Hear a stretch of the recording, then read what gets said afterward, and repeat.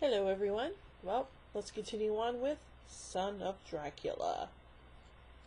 Hungarian Count Alucard, a mysterious stranger, arrives in the U.S. invited by Catherine Caldwell, one of the daughters of New Orleans plantation owner Colonel Caldwell. Shortly after his arrival, the colonel dies of apparent heart failure and leaves his wealth to his two daughters, with Claire receiving all the money and Catherine his estate of Dark Oaks. Catherine, a woman with a taste for the morbid, has been secretly dating Alucard and eventually marries him, shunning her longtime boyfriend, Frank Stanley. Frank confronts the couple and tries to shoot Alucard, but the bullet passes through the Count's body and hit Catherine, seemingly killing her. A shocked Frank runs off to Dr. Brewster, who visits Dark Oaks and is welcomed by Alucard and a living Catherine. The couple instruct him that henceforth they will be devoting their taste to scientific research and only welcome visitors at night. Frank goes on to the police and confesses the murder of Catherine. Brewster tries to convince the sheriff that he saw Catherine alive and that she would be away all day, but the sheriff insists on searching Dark Oaks. He finds Catherine's dead body and has her transferred to the morgue. Dr. Brewster is shown reading the novel Dracula. Meta! Meanwhile, Hungarian Professor Laszlo arrives at Brewster's house. Brewster has noticed that Alucard is Dracula spelled backwards, and Laszlo suspects vampirism.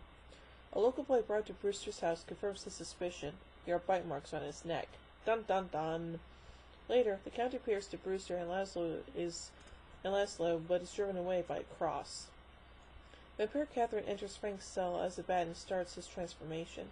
After he awakens, she tells him she still loves him. She explains that she only married Alucard, who was really Dracula himself, to obtain immortality and wants to share that immortality with Frank. He's initially repulsed by her idea, but then yields to her. After she explains that she has already drunk some of his blood, she advises him on how to destroy Alucard. He breaks out of prison, seeks out Alucard's hiding place, and burns his coffin. Without his daytime sanctuary, Alucard is destroyed. Brewster, Laszlo, and the sheriff arrive at the scene to find Alucard's remains. Meanwhile, Frank stumbles into the playroom where Catherine said she would be. He finds her coffin and gazes down at her lifeless body. Knowing he must kill the love of his life, Frank takes off his ring and puts it on Catherine's left ring finger. Aww. Once Brewster and the others reach the room, they see Frank appear at the door. He steps back, allowing them to follow. As they enter the room, they see Catherine's burning coffin. They all stare, speechlessly, while Frank mourns the loss of his love.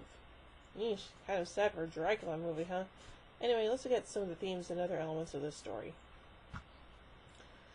Son of Dracula dates the original Count Dracula as being started in the 19th century, when the original novel was set. The following year, the Dracula-related series continued with the House of Frankenstein, which starred John Carradine as the original Count Dracula. The famous arrival of Dracula's coffin by train was reprised in the Abbott Costello film Abbott and Costello Meet Frankenstein. While Brewster and Laszlo suspect that he might be a descendant of the original Dracula, congruent with the film's title, Catherine tells Frank that he is Dracula. However, he's described as his descendant in the 1943 press kit. This is the first Universal Dracula film to take the Count out of Europe and bring him to America.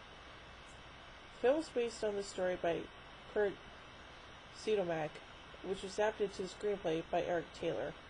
This film was the first to show on-screen bat-to-man transformation of a vampire. The effect was the work of special effects artist John P. Fulton. Fulton was Universal's chief special effects artist, starting in 1933's The Invisible Man.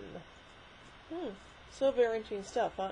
So, yeah, the title of the movie is kind of confusing whether or not this is actually Dracula's son or Dracula himself, but make of it what you will. So, overall, I give Son of Dracula 4 jack-o'-lanterns out of 5. Well, join me tomorrow as we continue on with another classic Universal horror franchise, Frankenstein. Or, as it should be, Frankenstein's monster. Seriously, people, what the hell?